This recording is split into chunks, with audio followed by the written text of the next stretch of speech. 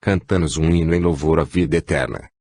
Eu não queria que a aula acabasse, mas o nosso amigo despediu-se, encerrando-a. 25. Caridade, moeda do mundo espiritual. Do jeito que a coisa vai, Tomás, logo os espíritas estarão sendo queimados em fogueiras. Essas igrejas fermentam a dissensão e o ódio. Para eles, os espíritas são o próprio Satanás e coitado de quem cai em suas mãos. Tem razão, Luiz, concordou Helene. Tudo o que eles podem fazer para desmoralizar o espiritismo, eles fazem. Mas nada impede a chuva quando ela tem de chegar, obtemperou Ciron, e ninguém, por mais poderoso que seja, tem o poder de apagar o sol, portanto deixemos que Deus opere na hora que desejar, não nos preocupemos como o dia de amanhã. Bastam-nos as grandes preocupações do hoje. E o que hoje te preocupa tanto, Ciron? É o descaso das religiões com a família, quando esta sofre perdas dolorosas. A criança e o jovem são as maiores vítimas do mundo materialista. A droga é cantada em prosa e verso, o erotismo é levado aos lares inclinando as crianças de tenra idade à falta de pudor. Hoje o ser cresce julgando tudo natural, e não é bem assim. Uns dizem, e a evolução dos tempos. Se a doutrina espírita fosse a filosofia de vida da maioria, isso não aconteceria. Porque o espírita sabe que a criança de hoje foi o velho quadrado de ontem, e o esquecimento é um verniz que a dor lixa, daí o sofrimento. Os considerados pra frente na hora da queda sentem faltar-lhes força para suportar o escândalo. A jovem que defende a liberdade sexual, quando engravida, aborta ou corre atrás do rapaz para assumir a paternidade, e se é desprezada sofre por demais. Por quê? Simplesmente porque o espírito que hoje veste um corpo jovem é o mesmo que ontem viveu a época considerada ultrapassada pelos jovens de hoje. Mudou a veste, mas a consciência é a mesma. Ah, não, Ciron. É difícil acreditar que o que hoje se vê fazer está sendo feito por espíritos que ontem eram considerados pacatos. Não digo pacatos, digo espíritos que compuseram a sociedade de ontem. Ah, entendi. Faziam escondido? Sim, eram pais de família que pregavam a moral, mas aprontavam. E que mérito tinham? Nenhum. Quero dizer é que esses espíritos ainda não estão preparados para uma mudança sexual tão violenta como a que está ocorrendo. Eles querem aprontar, mas sem assumir a realidade da vida. Muitas meninas, na hora do escândalo, correm para os braços dos pais quadrados, pedindo ajuda. E a droga, Ciron? Como está tomando conta? Lembro que no meu primeiro livro sobre o assunto, Na Esperança de uma Nova Vida, ela já se aproximava. Grupos isolados é que consumiam o tóxico, hoje poucos lares não possuem algum dependente. E o álcool? Também é um caso sério e difícil de ser controlado. Foi por isso, amigos, que Jesus prometeu o Consolador, que é a doutrina espírita. Só a doutrina, com sua filosofia de vida bem aplicada, pode salvar a família, disse Tomás. Explique, por favor.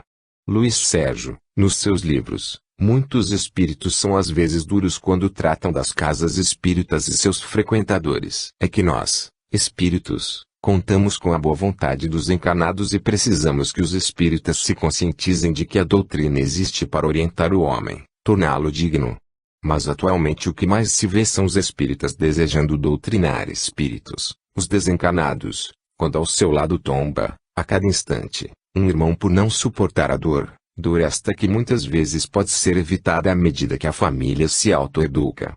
Agora, dizer-se espírita e continuar ingerindo álcool, droga e consumindo tabaco, levando uma vida materialista, não procurando modificar-se para se tornar um ser renovado, demonstra que a doutrina nada representa para ele.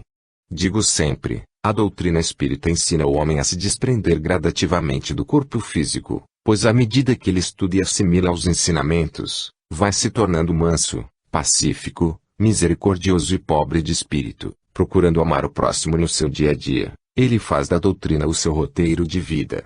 Entretanto, somente tomar passes e sentar a uma mesa mediúnica é muito pouco. Quando estamos doentes, buscamos um hospital para sermos curados, para iniciarmos um tratamento. Realizamos vários exames, porque não fazemos o mesmo ao chegarmos à casa espírita. Se somos avaros, procuremos prestar ajuda aos pobres, pois todas as casas possuem departamento social. Se somos maledicentes, busquemos a cura nas aulas de evangelização. Se somos orgulhosos, estudemos as obras básicas e, mais ainda, a reencarnação, porque a nossa doutrina nos ensina que o pobre de hoje pode ter sido milionário de ontem, e que ninguém tem estabilidade financeira eterna. Façamos um check-up, examinando cada defeito como uma doença. Para isso é que existe a doutrina, para melhorar o homem. Ela é o Cristo novamente na terra e só Ele pode salvar a família. Feliz da casa espírita que conquista a criança e o jovem e os resguarda no manto do esclarecimento, porque se o centro espírita não cuidar das crianças e dos jovens, teremos templos de pedras, sem risos e sem esperanças. E as obsessões, Tomás? Elas existem, nada melhor do que o esclarecimento da doutrina para tratá-las. Passes são necessários, mas o doente tem de se curar, e para curar o seu espírito precisa reclinar-se no poço da vida eterna. Só a água da reforma íntima pode livrar das dores o homem. Também creio, concordou Ciron, que a simples visita à casa espírita não leva a nada, ao contrário, leva, sim, as exigências. Quem menos trabalha é quem mais reclama e exige. Ciron, falou Tomás, o educandário é uma cascata de luz e cada casa espírita tem por dever transformar-se igualmente em um educandário. Os livros estão aí, por que negligenciar os seus ensinamentos? Possuímos um verdadeiro tesouro para elucidar aqueles que têm dúvidas, e ainda vemos iniciantes correndo atrás de pessoas sem condição de orientá-los. O livro dos médiuns dissipa qualquer dúvida. O livro dos espíritos é a bússola de quem se encontra perdido. A doutrina é uma escada que leva para cima e também nos ensina a evitar a queda. Às vezes acho que muitos não irão gostar deste livro que estou escrevendo, falei. Claro, isso é natural. Os livros de estudo não são muito apreciados porque nos ensinam a conhecer a doutrina. E se muitos estão satisfeitos como vivem, para que mudar? Mas também quantas pessoas adoram estudar? Exclamou Alene. E depois, sem conhecimento, como amar e respeitar a espiritualidade e conviver com ela? Tomás nos convidou a visitarmos uma casa espírita que estava sendo construída. Ao chegarmos, encontramos os grupos trabalhando. Poucos davam comunicação psicofônica, mas mesmo assim eram médiuns respeitados pela casa. Depois da prece inicial acompanhamos o estudo das obras básicas, onde a doutrina era estudada a fundo. Em seguida passaram à parte prática. Cada médium era um enfermeiro do Cristo, ajudando os espíritos recém-desencarnados. Não era um grupo de ajuda aos obsessores, não. Ali encontravam-se irmãos trabalhando pelos que acabavam de deixar o corpo físico. Espíritos ainda muito terra a terra, vários com apenas 24 horas de desencarne. E como estes irmãos precisam de socorro. É uma hora difícil para a maioria dos espíritos. Olhei um deles, Fortunato, que havia sofrido um acidente na estrada, junto com sua família, mas só ele e a filha de 10 anos desencarnaram. Desesperado, buscava a família e ainda julgava-se encarnado em um hospital, e não deixava de ter razão. Ali, naquela casa espírita, o Hospital de Jesus amparava os doentes. Ao contato com o médium, ele recebeu fluidos tranquilizantes que o fizeram adormecer. O médium que o socorreu ofertou-lhe o que o seu perispírito recém-desencarnado necessitava. O movimento na parte espiritual era imenso, com espíritos correndo de um lado para outro, prestando socorro. Parece até que estamos em guerra, comentei. A Terra vive momentos dramáticos. Tantos são os desencarnes coletivos. Nestas horas é que a casa espírita tem de formar grupos de apoio aos médicos espirituais. Infelizmente, a maioria ainda julga que só os obsessores precisam de socorro. Aquele grupo, todo iluminado pela luz do Cristo, prestava um grande trabalho à espiritualidade, nem foi preciso dar passividade. Olhava aqueles irmãos imóveis, sem um gesto de impaciência. Enquanto na parte espiritual o desespero dos sofredores era imenso. Mas a disciplina e o amor daquele grupo fazia dos seus médiuns verdadeiros trabalhadores do Senhor. Perguntei a um dos encarregados da parte espiritual, ninguém reclama de não dar passividade ou treinar a psicografia. Não, os médiuns desta casa estão preocupados apenas em servir. Para eles a mediunidade com Jesus é a caridade, só ela é a sua meta e, para bem vivê-la, eles estudam e trabalham. E não exercitam a mediunidade? Sim, Neste grupo vão se tornando cada vez mais sensíveis e pouco a pouco tendo intuição, vidência, audiência, enfim. Médium não é só aquele que dá passividade. O verdadeiro médium é o que faz da doutrina o seu sacerdócio, dando bons exemplos não só na casa ao que pertence, como em seu trabalho e no seu lar. Confesso que acho difícil alguém frequentar uma casa espírita e não ficar ansioso para ter um contato mais direto com os espíritos. Luiz, falou irmã Ana, nesses grupos de cura perispiritual o médium está mais seguro, ele tem contato direto com os espíritos doentes, necessitados de ajuda. Só o médium vaidoso não vai gostar, pois aquele é um humilde trabalhador do Senhor. Ficamos orando para que os médiums fossem capazes de atender um maior número de doentes. Gosto do silêncio, falou Tomás. Ninguém se mexia na cadeira, sem se dar conta de que os seus corpos eram uma cascata de luz que tanto aliviavam os doentes. Encerrados os trabalhos, encontramos a mentora da casa, que nos elucidou sobre os trabalhos espirituais ali realizados. O estudo da doutrina, os conhecimentos que ensinam o homem a ter disciplina, eram o alicerce de cada médium. Somos tão poucos, falou-nos, mas esperamos que aquele que vier a transpor esta porta sofra uma transformação, deixando lá fora o apego, a vaidade, o orgulho, a maledicência e a mentira, imperfeições estas que geram a indisciplina, que o homem ao buscar a doutrina encontre a chave da liberdade das coisas materiais, viva no corpo de carne, mas enobreça a sua consciência para que no momento em que alguém se aproximar dele esteja encontrando um fiel trabalhador do Cristo, e que jamais lhe digam, coitado, nem parece espírita. Ou, é isso que ensinam na casa a que frequenta. Sim, Luiz Sérgio, aqui tentamos dar ao encarnado um roteiro de vida, para que ele compreenda melhor a doutrina espírita e faça do seu dia a dia oportunidades para testar as pequenas mudanças que precisam ocorrer para avaliar sua fé e seu conhecimento. De que vale nos dizermos espíritas e continuarmos intransigentes com os erros do próximo, egoístas, avaros, orgulhosos e vaidosos. Por isso os espíritos desta casa tentam insistentemente dar ao homem a oportunidade de conhecer a si próprio. Irmã, mas é muito difícil o avaro tornar-se caridoso, o orgulhoso ficar humilde, o maledicente buscar a verdade, o vaidoso tornar-se simples, o egoísta tornar-se amigo. Sem dúvida, irmão Sérgio, mas a doutrina espírita é o terceiro chamado, e se nós, os espíritos, não dermos as mãos aos encarnados nem o primeiro passo darão. E este aperto de mão significa entregar-lhes as obras básicas, verdadeiras pérolas de conhecimentos doutrinários. Mas não basta somente pedir que as leiam, torna-se preciso fazê-los viver o que esses livros ensinam. A teoria dá ao espírito o conhecimento da ciência universal, mas isso apenas não basta, temos de fazer também com que o homem cresça em moralidade. É à medida que os espíritos seguram a mão de cada um, falando baixinho nos seus ouvidos sobre a necessidade de crescermos espiritualmente, os ensinos doutrinários transbordam dos nossos corações e nos tornamos bons espíritas, dignos trabalhadores do Cristo. Irmã, então não basta frequentarmos uma casa espírita uma vez por semana, ou uma vez por mês, ou de ano em ano. Não, Luiz, não basta batermos no peito, dizendo sermos espíritas, o importante é praticar atos espíritas, atos estes perfumados de moralidade. Inúmeras religiões estão perdendo adeptos porque deixaram os seus seguidores sem disciplina. Muitos apenas dizem, pratico tal religião, mas nada conhecem da sua religião e se perdem no mundo físico, vivendo intensamente a vida física, enquanto em outras crenças as crianças desde pequenas aprendem a amar Jesus e a ficar junto dele através do Evangelho. Porque queremos transformar a doutrina espírita em uma religião sem alma. Sem alma? Sim.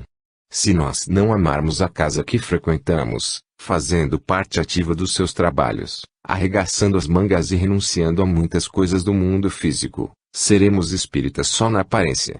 Somente o verniz de algum conhecimento pode nos dar algum brilho, seja na oratória, seja na vidência, na psicofonia, na psicografia ou na diretoria da casa, mas não passaremos disso, porque não temos a pobreza de espírito que faz do homem a carta viva de Jesus Cristo, a doutrina espírita vivida por Jesus, sim, vivida pelo Cristo, porque ele conversou com os mortos no Tabor, expulsou os trevosos nos lunáticos, nos perturbados. Ele materializou os peixes e os pães e transformou a água em vinho nas bodas de Caná. Quantas vezes o Cristo teve contato com os espíritos e ainda nos prometeu Consolador, Consolador este que é a doutrina espírita que está aí consolando aquele que deseja ser consolado, ensinando o homem a se desprender da matéria mesmo ainda no corpo físico, trazendo ao encarnado notícias do mundo espiritual, mas também ensinando-lhe que para ter contato com os espíritos precisamos também viver em espírito, possuindo um coração caridoso e humilde. A doutrina espírita é o Cristo de novo na Terra e para compreendê-la e vivê-la temos de colocar nossos passos nas suas pegadas. Por isso dizemos que não basta alardear, sou espírita, trabalho na casa tal, colocando muitas vezes a nossa cruz no ombro do companheiro de jornada e ainda julgando que somos os inteligentes. Quantas vezes presenciamos irmãos alquebrados pelo peso de tantos trabalhos e outros companheiros, indiferentes, fingindo não ver o que está acontecendo a seu redor. É justo este trabalhador dizer-se operário de Jesus. Quando foi que vimos o mestre indiferente ao trabalho de Deus ou soluçando nos ombros de seus companheiros? Ao contrário, a história nos mostra um Cristo combatente, carregando a cruz de Barrabás, que simbolizava a cruz da humanidade. Essa é a sua doutrina, sem servos, mas de respeito aos amigos. Nunca ouvimos criticar a sua casa, que era todo o planeta, e tampouco desrespeitá-la. Como dizer-se cristão ou espírita cristão estando repleto de mágoas, de teorias e nada fazendo para melhorar o espírito ou aplacar o vendaval da dor que hoje agita as ondas do mar da vida?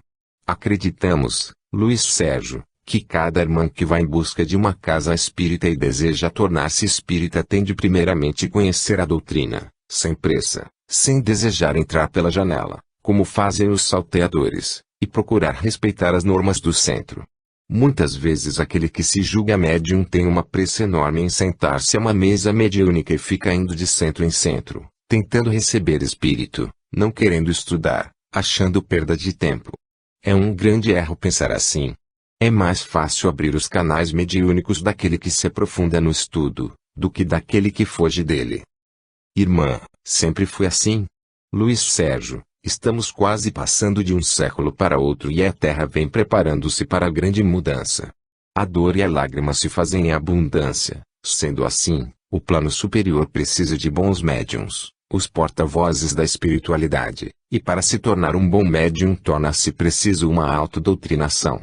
Como poderemos confiar naquele que brinca com os espíritos e que leva a doutrina ao ridículo? Hoje a espiritualidade deseja que o médium estude para ter equilíbrio, fortalecendo-se, porque terá de conviver com pessoas por demais sofridas.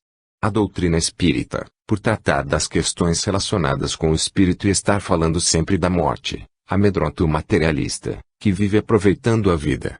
Como é possível um homem que só deseja levar vantagem, sempre passando por cima do seu próximo, julgando-se o dono da verdade, que trata mal mulher, filhos e netos, gostar da doutrina espírita, que somente nos ensina a nos tornarmos melhores? Não é de hoje, Luiz, que os espíritos pedem a melhoria do homem.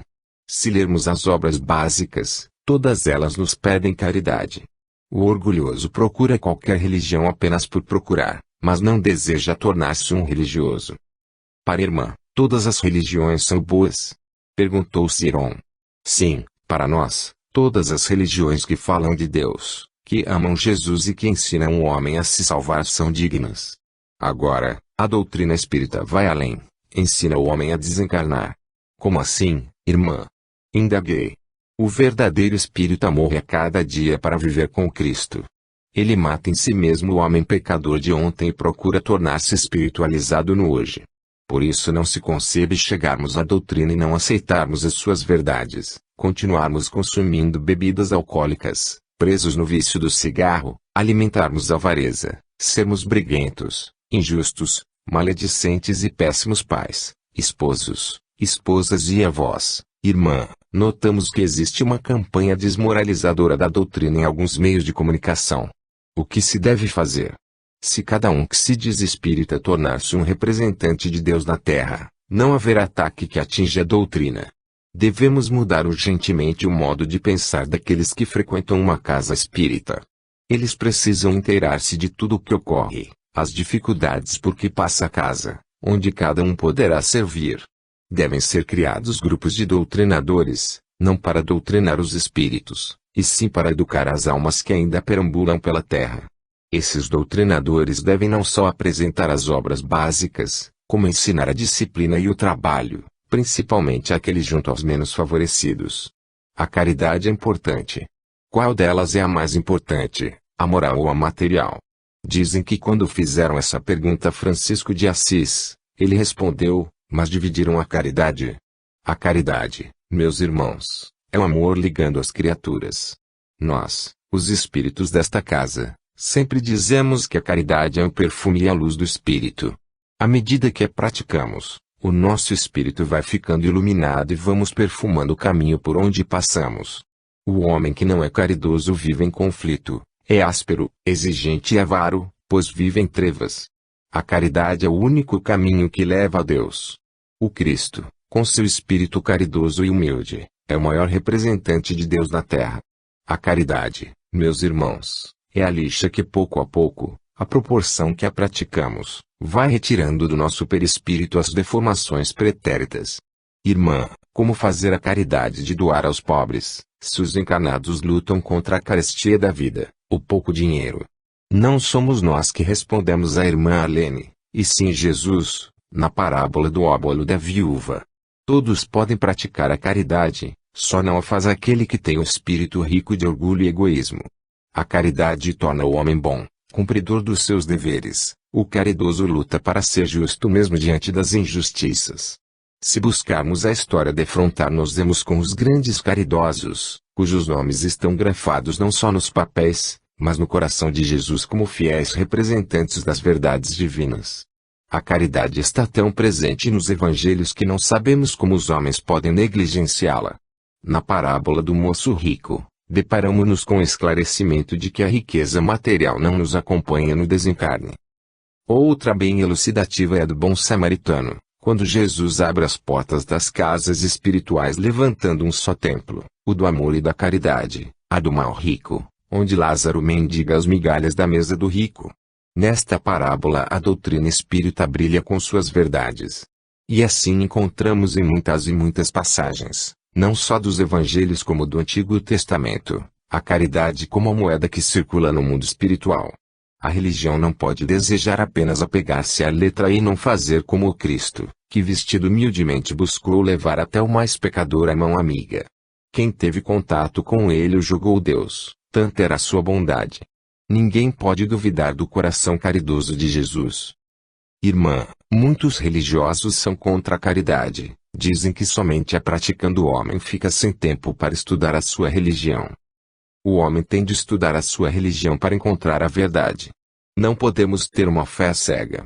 Ela, a fé, tem de buscar explicações para os chamados mistérios e na doutrina espírita o conhecimento, mas somente o conhecimento não melhora o homem, temos de viver a doutrina, ela nos foi trazida pelos espíritos e eles nos pedem que pratiquemos a caridade.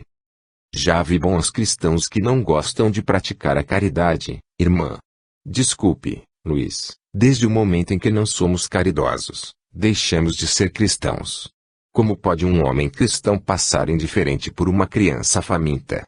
Como pode um cristão passar indiferente por um irmão caído na sarjeta? Como pode um cristão passar indiferente por um velho tiritando de frio? Como pode um cristão sorrir e ficar indiferente à miséria e à lágrima de seus irmãos? Não, Luiz Sérgio, creio que não existe cristão verdadeiro que não pratique a caridade. A caridade é o elo que deve unir todas as criaturas. Beijo as suas mãos caridosas, irmã, pedindo perdão por todos os que se dizem cristãos e ainda mais por aqueles que se dizem cristãos espíritas e lutam contra a caridade, achando que ela atrapalha o estudo da doutrina, esquecidos de que o estudo sistematizado ajuda o homem a se livrar das coisas materiais, e quem não é apegado às coisas temporais tem mais facilidade de fazer a caridade. Irmão, feliz daquele que ouve as palavras dos Espíritos e se esforça, ainda no corpo físico, em deixar para trás a túnica da imperfeição. Esperamos que na sua casa os que a buscarem se conscientizem da grande responsabilidade do trabalho que os espera. Obrigada, irmãos. Desejo que Jesus nos abrace e que Maria, Mãe querida, esteja segurando as nossas mãos para que elas não se fechem jamais diante de alguém que nos pede ajuda. Estaremos sempre orando para que todos os espíritas se conscientizem do valor do espírito e fujam da tentação que pode levar à queda e nos afastar do caminho estreito de Jesus Cristo. Todos nós cumprimentamos a orientadora daquele centro espírita que, olhando bem em nossos olhos, ainda acrescentou: a casa espírita deve elucidar os homens temerosos da morte no sentido de que o desencarne não é doloroso, principalmente se buscamos o Cristo ainda no corpo físico. A doutrina espírita faz com que os seus seguidores compreendam que a morte é como adormecer. Entretanto, para que esse dormir seja tranquilo, devemos, ainda no corpo de carne, afrouxar os laços que unem a alma ao corpo. A prática da caridade pode diminuí-los, enfraquecê-los, tornando a separação corpo físico-perispírito mais rápida e mais serena. A doutrina espírita é a mão de Jesus levando-nos para Deus. Tendo completado o que precisava passar para nós, despediu-se, com licença, e que Jesus esteja sempre nos nossos corações, dizendo: ama, trabalha e ora. Todos nós, cabisbaixos, orávamos em silêncio, quando um dos encarregados aproximou-se de nós sorridente e nos acompanhou até o pátio florido e belo. 26. Aprendendo a desencarnar. Que bom será quando todas as casas seguirem fielmente o Evangelho de Jesus, quando as paredes do orgulho despencarem diante da luz da caridade e da humildade. Falou Tomás, quebrando o silêncio. Quando irmãos, com humildade, orientarem a quem os procurar, dentro dos preceitos doutrinários, farão da sua casa não um lugar de crendices e medos, mas uma casa do caminho, onde se trabalha, se ama e se ora, como disse a nossa irmã. Se Deus quiser, logo os espíritas, unidos numa só vontade de servir a doutrina do Cristo, lutarão contra a dor e as lágrimas, cientes de que ao abraçarem o próximo é Jesus quem está sendo abraçado. Quando renegamos a doutrina e reclamamos de tudo, estamos dificultando o trabalho de melhoria da terra. Arlene falou: acho muita a responsabilidade de quem levanta uma casa espírita, porque a casa não pode ter somente paredes de concreto. Junto a elas deve crescer a construção espiritual, construção feita graças aos construtores da fé e da caridade. Construir por construir a nada leva. Não é raro presenciarmos desavenças e maledicências, onde os presidentes sofrem para mantê-las de pé. É melhor demorar anos para levantar uma casa, do que fazermos de tudo para edificá-la, sem base sólida e sem condição de darmos, a quem nos busca, mais, muito mais, que passes e água fluidificada. Mas enquanto isso, completei, outras igrejas não estão se expandindo.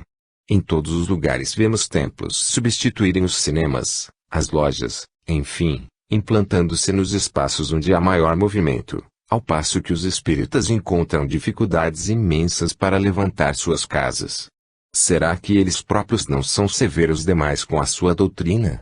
Que mesmo o centro oferecendo somente passes e água fluidificada não é melhor do que vermos os nossos irmãos se armando de ódio e de críticas contra as outras religiões, principalmente a espírita. Não, Luiz Sérgio, não é melhor. Os espíritos não precisam provar que existem, pois estamos em todos os lugares e nesta época na maioria dos lares alguém está vendo ou tendo contato com os espíritos. As outras religiões, mesmo aquelas que tanto combatem a doutrina espírita, estão exorcizando os trevosos e fazendo curas através dos contatos espirituais, só que com uma diferença. Dizem eles que os espíritas têm contato com os trevosos e eles com o Espírito Santo, e outras com os chamados santos. No entanto, será que eles, sem conhecimento da doutrina dos espíritos, irão mais além? Será que foi transferida a responsabilidade dos espíritas para outras crenças? Claro que não. Os encarnados não poderão ter o contato com os espíritos superiores se não se aprofundarem nas elucidações dos livros doutrinários. Essas religiões estão brincando com algo sério que é o contato com os espíritos. Dizem expulsar os demônios, fazem campanha contra os espíritas, mas tentam ganhar adeptos através dos fenômenos. Afirmam que eles possuem também o dom do Espírito Santo e criticam o espiritismo por precisar de médiuns. Vamos encontrar a mediunidade em várias passagens do Evangelho, principalmente na profecia contida em Joel, capítulo 2, versículos 28 e 29, e depois reafirmada por Pedro em Atos, capítulo 3, versículos 17 e 18, e acontecerá nos últimos dias, diz o Senhor, que eu derramarei do meu espírito sobre toda a carne, vossos filhos e vossas filhas profetizarão, vossos jovens terão visões, e sonharão vossos velhos, até sobre os meus servos e sobre as minhas servas derramarei do meu espírito naqueles dias, e profetizarão. E Arlene continuou, a mediunidade não é privilégio da doutrina espírita, nela a mediunidade torna-se respeitada pela disciplina que a doutrina impõe a quem tem o dom da profecia. Porém, chamar os médiuns de loucos, culpando o espiritismo, denota falta de conhecimentos divinos. No Novo Testamento a mediunidade chega até o homem límpida e cristalina através dos atos de Jesus que, com sua mediunidade sublimada, era um operário de Deus em missão, expulsava os trevosos, curava os enfermos, materializava os espíritos, magnetizava as águas, dava passes, materializava objetos, como na multiplicação dos pães e dos peixes. Por isso é que dizemos, não basta nos tornarmos uma doutrina igual às outras e nos sentirmos poderosos pela quantidade de templos erguidos. Sabemos que só é grande perante Deus aquele que se torna pequeno. Se todos buscassem no Cristo a verdade, falei, não andariam em trevas, porque ele foi quem mais nos ensinou a pobreza de espírito. Ele nos mostrou que nosso próximo não é só aquele que professa a nossa fé, que mora em nossa casa, enfim, Jesus mostrou aos amigos que a verdadeira doutrina é aquela que não faz distinção de raça, cor ou classe. Nosso próximo são todos os filhos de Deus. Se alguém pronuncia o nome de Deus, vive louvando a Jesus, mas ataca aos semelhantes com palavras injuriosas e duras, é mentiroso, pois Deus é amor e só quem ama pode dizer, Deus vive no meu coração. Gosto muito da primeira epístola de João, capítulo 4, versículo 14 e 20, e nós vimos e testificamos que o Pai enviou seu Filho para ser o Salvador do mundo. Se alguém disser, ama a Deus, e odiar o seu irmão, é mentiroso, pois aquele que não ama seu irmão, a quem vê, não pode amar a Deus, a quem não vê. E acrescentei, acho graça de alguns desses falsos crentes, que batem no peito, dizendo, Cristo, Cristo, mas não fazem o que ele fez. As maiores vítimas dos ataques são o espiritismo e os médiuns. Francamente, não sei o que eles tanto temem. Quem tem Deus no coração possui uma cascata de amor ao próximo. Tomás expôs o seguinte, muitos estudam os textos sagrados, mas só ficam na letra. Quando Jesus pregava, alguns fariseus lhe perguntaram quando havia de vir o reino de Deus, ao que ele respondeu, o reino de Deus não vem com aparência exterior. Nem dirão, ei-lo aqui e ali, porque eis que o reino de Deus está dentro de nós. Quem desejar trabalhar junto ao Cristo tem de conscientizar-se de que o reino de Deus não vem com aparência exterior. O fiel seguidor do Cristo nomeia o governador da sua vida, em qualquer lugar onde esteja, porque além de tudo Cristo é o médico, e o seu amor é suficiente para curar o homem, regenerando seu coração. Hoje a doutrina espírita, através dos seus ensinamentos, traz até o homem as verdades espirituais, coisas que no ontem eram cercadas de mistérios. Quem quer que seja, ao se aproximar de um centro espírita, terá de buscar por dever o único poder capaz de oferecer ao homem a salvação, o Cristo, só Ele. O instrumento dos espíritos para que isso aconteça é o ensino das obras básicas. Por que elas? Simplesmente porque os livros doutrinários ensinam o homem a conviver com a morte, e ela é tão real que só mesmo os apegados à matéria não querem aceitá-la. A doutrina espírita, codificada por Allan Kardec, dá ao homem uma lanterna para que, pouco a pouco, ele consiga visualizar o longo caminho da evolução. Por isso, amigos, a responsabilidade de quem levanta templos espíritas é muito grande. Seria bom se nunca encontrássemos pessoas que em seus locais de trabalho ouvissem tais críticas. Isso é o que te ensina o Espiritismo. Sabe, ele vive com o Evangelho debaixo do braço, frequenta tal casa ou tal grupo, mas não segue o que aprende. Sabe que ele ou ela é péssimo esposo ou esposa. Nem liga para os filhos. Deus me livre do espiritismo, fulano é espírita e nem dá bom dia para pobre. Como chefe, não existe pior.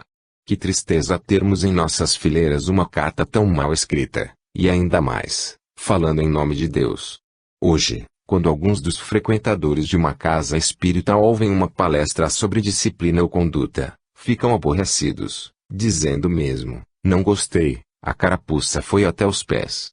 Na época de Jesus, Tanto os fariseus quanto os herodianos, e outros, também ficavam furiosos, pois o Cristo sempre falava da igualdade entre os homens e que todos eram irmãos. Os fariseus eram rígidos adeptos da tradição, meticulosos nas cerimônias exteriores, diligentes em oblações, jejuns e longas orações. Eram fanáticos e hipócritas. Já os saduceus rejeitavam as tradições dos fariseus. Eles acreditavam na maior parte das escrituras e, como regra de conduta, eram cépticos e materialistas, negando a ressurreição dos mortos e a doutrina da vida futura.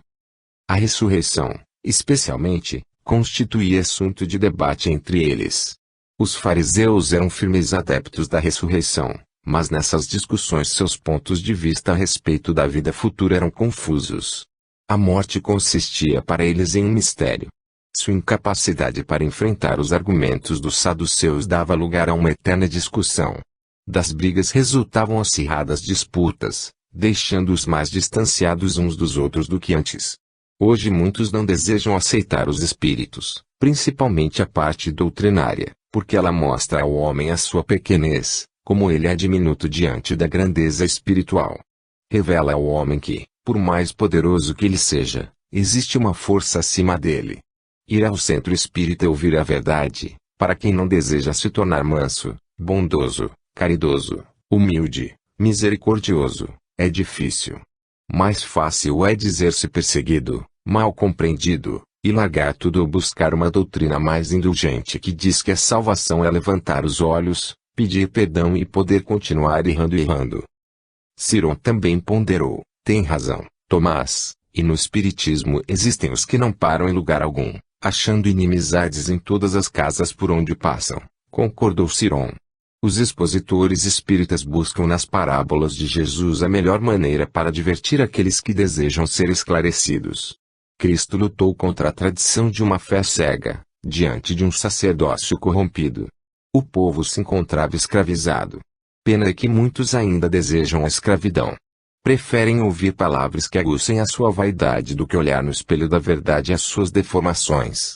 Cristo lutou contra a hipocrisia, declarou que maior condenação recai sobre muitos que fazem profissão de piedade, mas sua vida é manchada pela avareza e pelo egoísmo, e todavia lançam sobre tudo isso um manto de aparente pureza. Podem enganar os semelhantes, mas não podem enganar a Deus. Zangar-se porque os espíritos mostram o verdadeiro caminho a seguir é muito fácil. O difícil vai ser na hora em que tiver de defrontar-se com seus próprios erros. Outros alegam que os espíritos só pedem para fazer a caridade e chegam a ficar furiosos, mas o Cristo nos ofertou a parábola do obolo e da viúva. Já ouvimos algumas ponderações que a viúva devia guardar seus escassos recursos para o próprio uso, ao invés de ofertá-los aos ricos sacerdotes do templo. Que eram aquelas modestas moedas em comparação com as quantias elevadas que ali eram colocadas. Todavia, nessa parábola, Jesus quis nos ensinar que a maior riqueza é do coração, que para Deus o dinheiro só tem um valor, o de servir ao homem. Para ele não existe pouco ou muito dinheiro, o importante é a mão que o movimenta, e a da viúva virou um monumento da caridade. O valor é externado, não pela importância da moeda, mas pelo amor para com Deus. É preciso que o homem que gosta de reclamar da vida e do próximo pare um pouquinho e veja onde está o erro, nas pessoas ou no seu coração. Andar de religião em religião, de templo em templo, de nada vai adiantar. O que se torna preciso é encontrar Deus em nós e lutarmos para que nos tornemos bons filhos. O erro não está na casa que nos decepciona, e sim na nossa alma ainda apegada às coisas materiais. Jesus muito lutou contra a hipocrisia e nada mais hipócrita do que aqueles que pregam a doutrina do Cristo, mas não são seus fiéis seguidores. Ainda ouvimos a voz de Cristo: Jerusalém, Jerusalém, que matas os profetas e apedrejas os que te são enviados. Quantas vezes quis eu ajuntar teus filhos, como a galinha junta os seus pintos debaixo das asas, e tu não quiseste. Mateus, capítulo 23, versículo 37. A falta de amor é que separa os homens. A verdade que salva é desprezada, porque pede ao homem que dê ao mundo o que é do mundo, e ainda que cada um lute pela própria evolução. A verdade que salva faz com que o seu espírito viva em Deus, porque é eterno. Quando Ciron silenciou, olhamos ao nosso redor, Vários irmãos nos ouviam atentamente. Tomás cumprimentou-os e notamos que aqueles espíritos precisavam nos ouvir, pois eram recém-desencarnados e a nossa conversa lhes deu um pouco de alívio. Uma irmã, aproximando-se, falou: "Irmão, que Deus o abençoe. Peço que orem pela minha família. Deixei no corpo físico uma família que sempre implicou com a minha fé, chamando-me de fanática, brigando porque eu dava alguns trocados para os pobres. Como sofria para fazer o culto cristão no lar. O álcool e o cigarro eram os alimentos diários deles. Mas hoje, que aqui me encontro, gostaria de me tornar visível para lhes dizer que ninguém segura a morte e que eles precisam valorizar a vida física. Infelizmente, eles nada querem saber sobre o mundo espiritual e os abusos crescem nas faltas do dia a dia. Fui socorrida, mas reluto em seguir para uma colônia de repouso, sabendo que minha família longe se encontra de Deus. Se até hoje a irmã não conseguiu apresentar Jesus para eles, agora torna-se mais difícil, observei. Tem razão, a cada um de nós basta a própria consciência, disse-me, sorrindo. Oramos junto àqueles irmãos e dali partimos em busca de novos aprendizados. Para onde vamos? Perguntei. Ao educandário de luz. Ele nos espera, respondeu Tomás. E assim, vislumbramos a nossa cascata de luz, onde o sol do esclarecimento pouco a pouco vai dissipando as impurezas da nossa imperfeição. Os alunos, uns entravam, outros partiam, todos convictos da responsabilidade assumida. A maioria dos encarnados pensa que os seus entes queridos que se encontram no mundo espiritual estão mortos, inertes, descansando. Não sabem eles que a vida continua, mas infeliz daquele que não procura o estudo e o trabalho. A doutrina é para isso, fazer com que o homem, ainda no corpo físico, não se distancie do espírito, que ele aproveite a encarnação, porque o mundo físico é a grande escola onde temos de aprender a ser dignos. Há quem julgue que orar e buscar um trabalho espiritual é atestado de bobeira. Assim pensa quem jamais buscou inteirar-se dos livros esclarecedores. Bendito seja Jesus Cristo, que deixou aberta a porta do túmulo para que os ditos mortos possam dizer a quem desejar: a morte não existe, a vida é eterna. Chegamos à sala de estudos. Ela agora me parecia maior. Logo o irmão iniciou a explicação de O Livro dos Espíritos, questão 264. Que é o que dirige o espírito na escolha das provas que queira sofrer.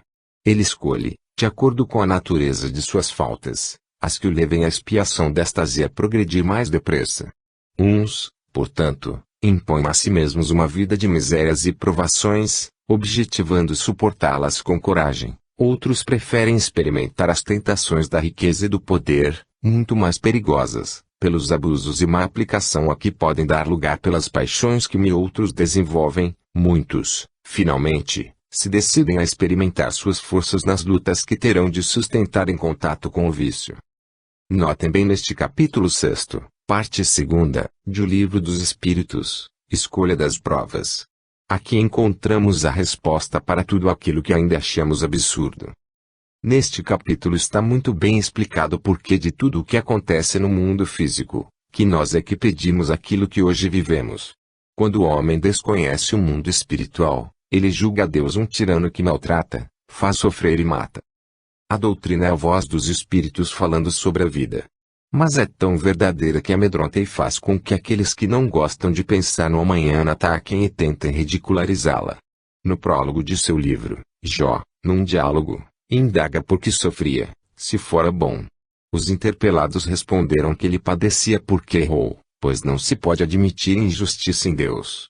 Ainda no mesmo livro afirma que Deus o ressuscitará na pele sobre a terra, para recobrir essas coisas, pois ao lado do Senhor, essas coisas estão tinidas a ele. Capítulo 19, versículo 26. A sua carne se fez de novo fresca como a de um menino. Encontramos mais esclarecimentos sobre a chamada morte e o perdão de Deus, através da reencarnação, em Jó, capítulo 12 e capítulo 32, versículos 26 e 30. Como podemos observar, não foram os espíritos que inventaram a morte, a dor e a reencarnação. Os espíritos apenas adentraram a biblioteca espiritual, em busca das respostas que até no ontem eram mistério. Estamos citando o livro de Jó, porque o aluno deve buscá-lo quando estiver estudando a parte 2ª, capítulo 6, de O Livro dos Espíritos. Mas este livro é muito importante para os que desejam saber algo sobre a reencarnação. O iniciante que vive em busca do esclarecimento necessário para as suas dúvidas indaga sempre, como no item 263. O espírito faz a sua escolha logo depois da morte. Não, muitos acreditam na eternidade das penas, o que, como já se vos disse, é um castigo. Mais uma vez chamamos a atenção para a necessidade do conhecimento. Os que acreditam na eternidade das penas ficam a perambular pelos vales de sofrimento. Os que julgam que a morte e o fim gemem de dor, de remorso, por não se terem preparado. A doutrina espírita é a voz não que clama no deserto, mas que tenta despertar consciências. Esta aula tem por fim alertá-los para a responsabilidade de tudo que escreverem ou levarem até a casa espírita. Cada encarregado de elucidar os encarnados deve fazê-lo alicerçado nas bases doutrinárias, caso contrário levaremos o pânico e nada de proveitoso se fará nas almas que nos buscam com sede de esclarecimentos. As horas que um encarnado dedica à casa espírita são tão poucas que os encarregados da casa não podem perder um minuto com vã filosofia ou opiniões próprias. A doutrina é concreta, tem base sólida, só que ao nos aprofundarmos nela nos tornamos trabalhadores braçais, porque temos de construir primeiro o templo de Deus no coração, para que a luz da doutrina o ilumine por inteiro. Isso é trabalho e requer de cada um muitas horas de renúncia. Cada irmão encarregado de elucidar os encarnados deve dedicar-se com afinco ao estudo, para saber como agir quando tiver de lidar com a mediunidade intuitiva. Mediunidade esta sujeita a interferências anímicas. O estudioso da doutrina tende a agir de maneira racional, de modo que os novos adeptos se sintam felizes em aprender, antes de pensar em desenvolver a mediunidade. O educandário dá a cada um de nós folhas em branco, onde teremos de escrever as mensagens que os médiuns, intuitivos ou não, terão de captar, mas para isso teremos de pedir ajuda à casa espírita, para que sejam criados os grupos de estudo, onde todos precisam por ele passar, onde a primeira lição terá de ser a da humildade, elucidando os frequentadores sobre a importância de se conhecer o livro dos Espíritos, fazendo dele leitura obrigatória de todos os dias. Nele o encarnado vai conhecer o mundo espiritual e as necessidades do mundo físico. Mas por que estamos falando de provas e de mediunidade? Muito simples, porque alguns irmãos chegam à casa espírita julgando que bastando frequentá-la cessam os problemas. Vendo que isso não acontece, inicia-se o desencanto. O livro dos Espíritos dá as respostas, mas para ser melhor compreendido ele deve ser estudado em grupo, não apegado a uma leitura rápida, mas decifrando item por item, partindo em busca de outras revelações no Antigo Testamento e nos livros dos grandes filósofos, como também em toda a codificação. O estudo fica interessante e cada um vai sendo beneficiado. Após esse conhecimento, dificilmente um estudioso culpará a casa espírita pela provação por que está passando. No mesmo capítulo 6, parte 2 encontramos no item 257. O corpo é o instrumento da dor. Se não é a causa primária desta pelo menos, a causa imediata. A alma tem a percepção da dor, essa percepção é o efeito. A lembrança que da dor a alma conserva pode ser muito penosa, mas não pode ter ação física. De fato, nem o frio, nem o calor são capazes de desorganizar os tecidos da alma, que não é suscetível de congelar-se, nem de queimar-se. Este item é bastante extenso, mas vale a pena ser inteiramente consultado. Muitos não desejam procurar as respostas nos livros respeitáveis e, sim nas pessoas que, muitas vezes, nada têm para elucidá-los verdadeiramente. O trabalho no hoje como no ontem é fazer com que os frequentadores não se deslumbrem com os médiuns que recebem este ou aquele espírito nem com o palestrante ou com os seus dirigentes de grupo. Busquem somente as suas respostas na joia de real valor, a codificação. E que estudem para compreender os dois mundos, mundos estes entrelaçados pelo laço da responsabilidade. Jamais um espírito ou médium algum poderá sentir-se feliz em ser endeusado. A responsabilidade que pesa nos ombros daqueles que têm por dever pregar a verdade deve ultrapassar qualquer sinal de vaidade, pois do contrário a obra não se completaria. Ao espírita não é dado brincar com as coisas espirituais. Ao espírita basta o chamado. À medida que nos aproximamos de uma casa espírita cresce a nossa responsabilidade com as coisas espirituais. É preciso se faz que todos lutem para que o homem, ainda no corpo físico, encontre a paz de uma consciência tranquila. Lá fora, distante da casa espírita, muitas vezes o chamado materialista lhes cobre a visão, mas quando olhamos para o alto e cremos que além da matéria existe um outro mundo, não temos o direito de ficar distante dele, negligenciando saber o que existe de verdade em tudo que nos cerca e que infelizmente a matéria não nos permite enxergar. Amanhã teremos nova aula, onde cada um de nós atentamente buscará em o livro dos Espíritos o saber que tanto nos enobrece o espírito. E cremos que cada leitor desse livro também será beneficiado. Que a paz esteja em nós para hoje e sempre. Olhei o orientador com tanto carinho que ele me sorriu. Virgílio era o seu nome, nome querido por todos nós, pelas proveitosas aulas a nós oferecidas. A brisa embalava os nossos cabelos. Era Deus, que nos dava o seu ósculo de pai amoroso. 27. Ocage, a enciclopédia do amor.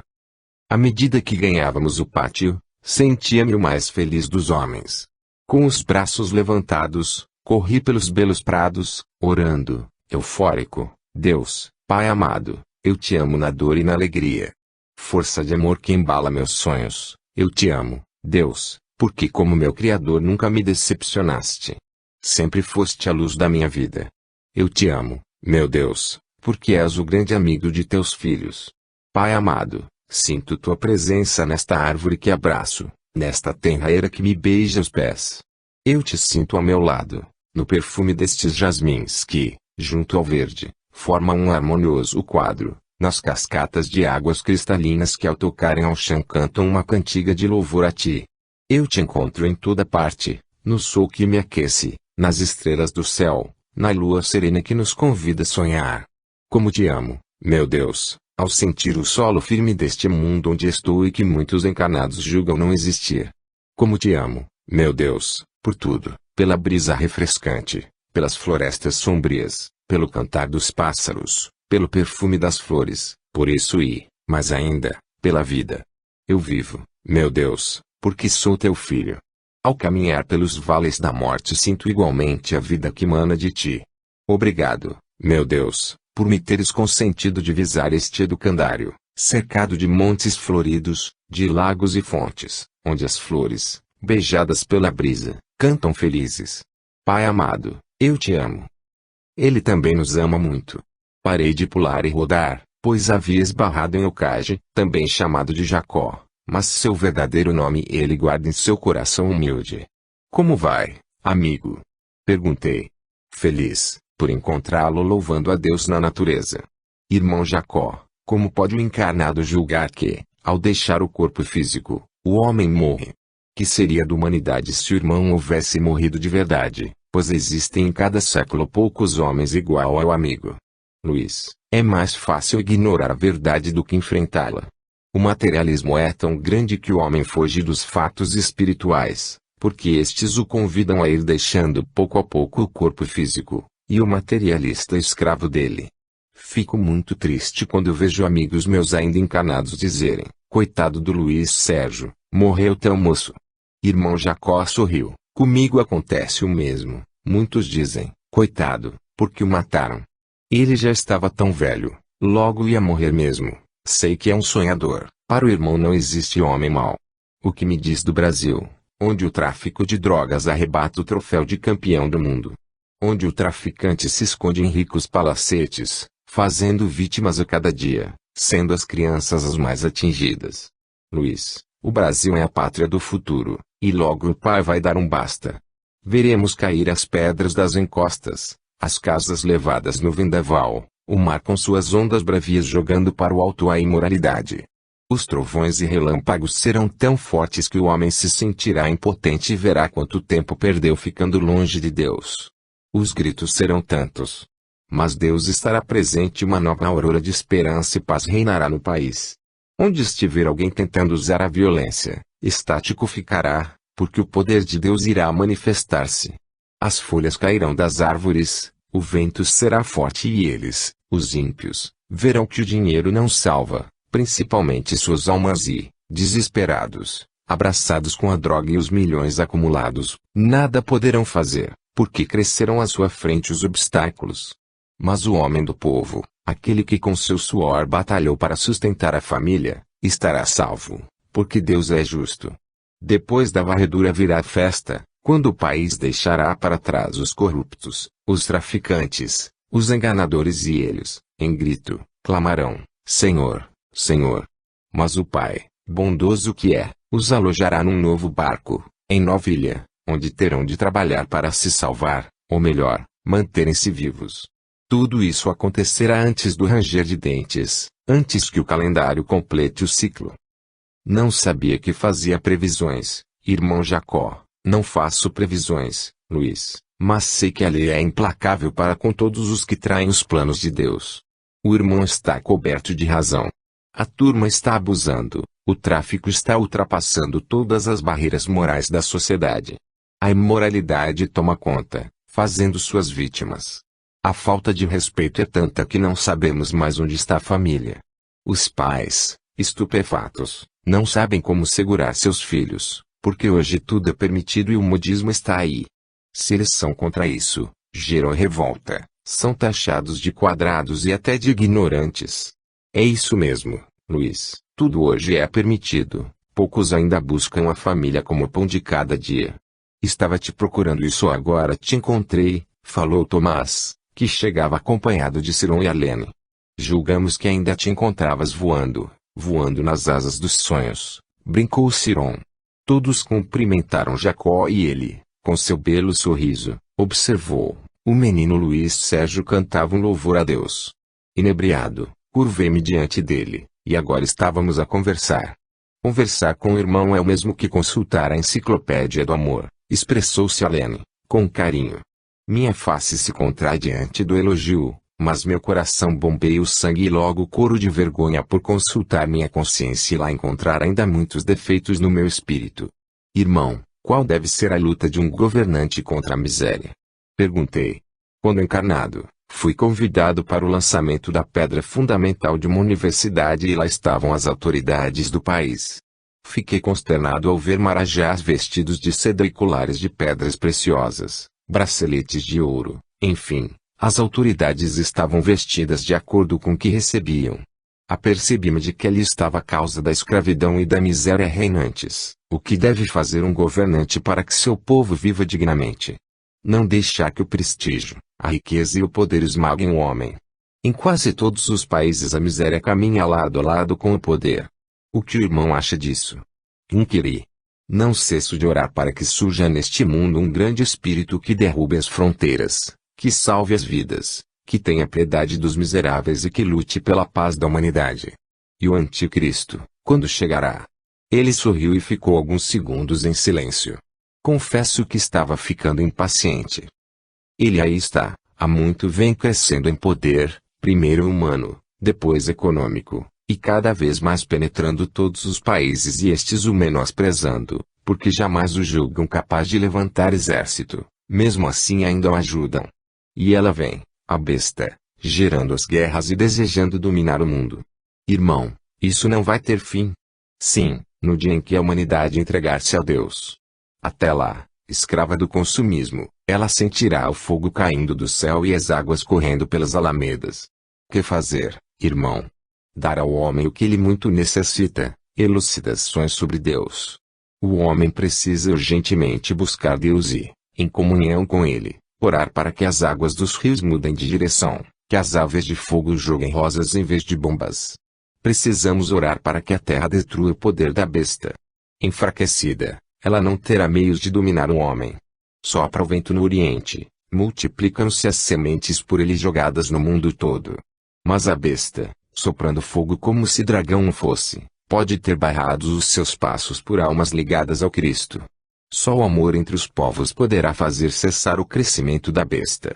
Irmão, o povo, cada vez mais sofrido, espera tanto. Não será por demais cruel só pensar em coisas más para o futuro. Menino Luiz, desde que o mundo é mundo o homem não está contente com o que tem.